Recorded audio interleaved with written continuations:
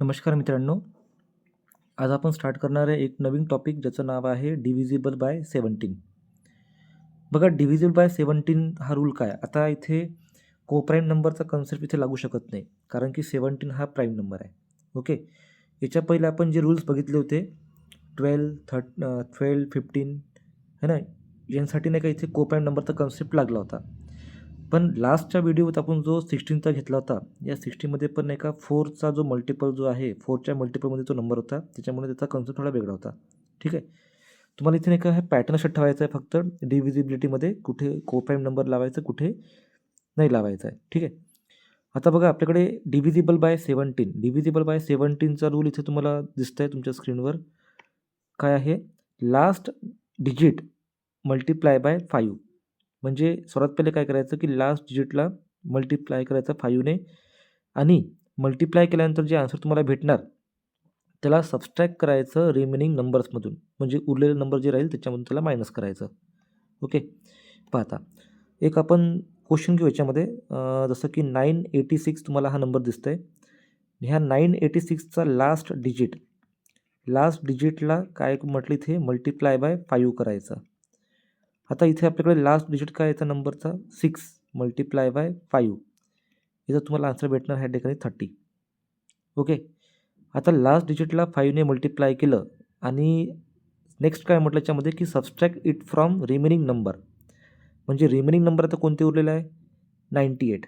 98मधून हे मल्टिप्लिकेशन जे आपण काढलं 30 हे मायनस करायचं. आता 9 - 3 तुम्हाला भेटणार ह्या ठिकाणी 6, 8 - 0 तुम्हाला भेटणार ह्या ठिकाणी 8.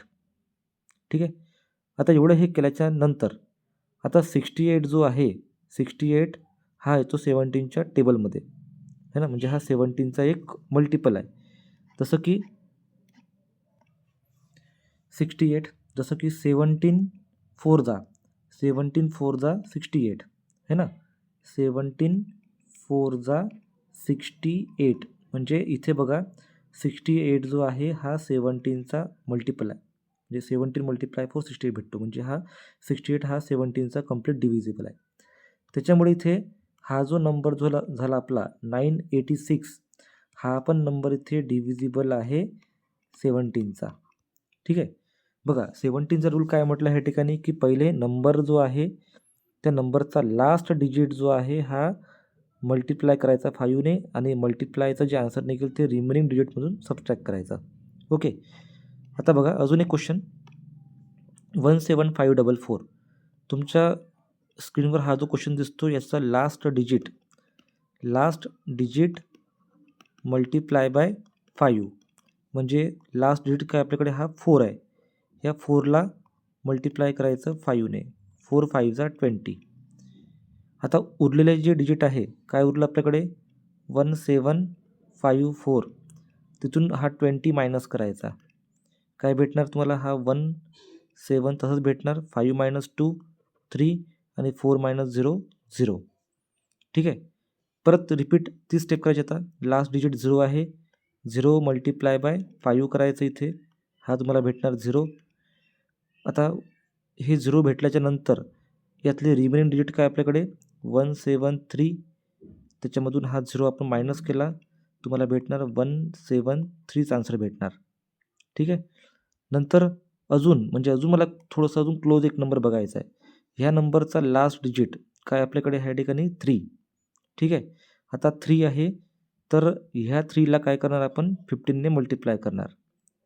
3 मल्टिप्लाय बाय 5 करणार, 3 मल्टिप्लाय बाय 5 तुम्हाला भेटणार ह्या ठिकाणी 15. आता रिमेनिंग डिजिट काय आपल्याकडे 17 मायनस 15, तुम्हाला आन्सर भेटणार ह्या ठिकाणी 2.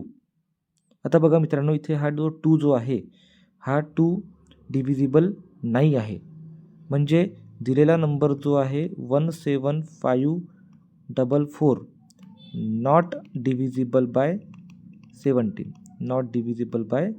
17. ठीक आहे, एक तर तुम्हाला काय पाहिजे ह्या ठिकाणी लास्टला एकदम 0 पाहिजे किंवा 17चा मल्टिपल नंबर पाहिजे, जसं तुम्हाला फर्स्ट क्वेश्चनमध्ये दिसतं आहे ह्या ठिकाणी. ठीक आहे, तर असा प्रकारचा हा आपला व्हिडिओ होता रिगार्डिंग डिव्हिजिबल बाय 17. हा 17 प्राईम नंबर आहे, त्याच्यामुळे त्याच्यासाठी रूल वेगळा आहे थोडासा. तर तुम्हाला हा व्हिडिओ आवडला असेल तर प्लीज याला लाईक शेअर आणि सबस्क्राईब करायला विसरू नका. धन्यवाद.